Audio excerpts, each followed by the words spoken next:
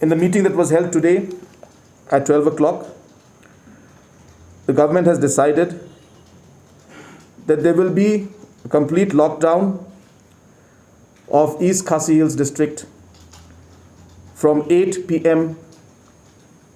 of 5th of May, that is tonight, till 5 a.m.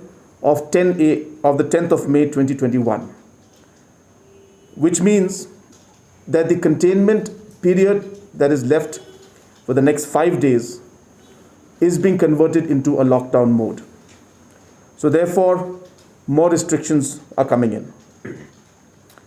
We have also decided that there will be a weekend lockdown in other districts of the state also.